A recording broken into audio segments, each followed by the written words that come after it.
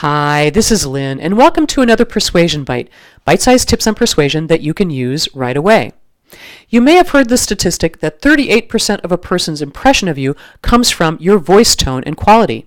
What can we do with this information? They've actually done research that shows the timbre and cadence of your voice, how much you modulate your pitch and your volume, and how quickly you speak actually influences people's perception of you. When you're in conversation with somebody, their conscious mind is listening to the words that you're using and the meaning behind them. At the same time, their subconscious mind is listening to how you sound and making judgments about it. Are you honest? Are you trustworthy? That's the sort of thing you need to do to appeal to folks' subconscious mind. Here's an interesting fact. You may have heard that people value folks with deeper voices.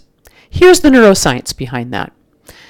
You and I have been in civilized society for maybe 1% of all the time that human beings have been on the face of the earth, which means we wander around thinking we have a 21st century mindset, and what we really have are Stone Age brains.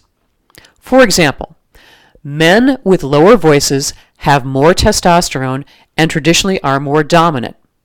Women have lower voices when they're ovulating. So this means the whole deeper voice thing, it's got to do with the biological imperative of survival of the species. Now that you know this, watch the tone of your voice and make it as deep as you can. They've actually done research where they've given the same two people, or different people, the same script. One person has a higher voice, the other person has a lower voice. And they've made presentations to research groups, and the people with a higher voice are perceived as less trustworthy, more nervous, and not as persuasive. And people with the lower voice win the day every time. Know this. The other important thing to know is that the human brain can process between 350 to 600 spoken words per minute. Most of us weigh in at somewhere around 110 to 150.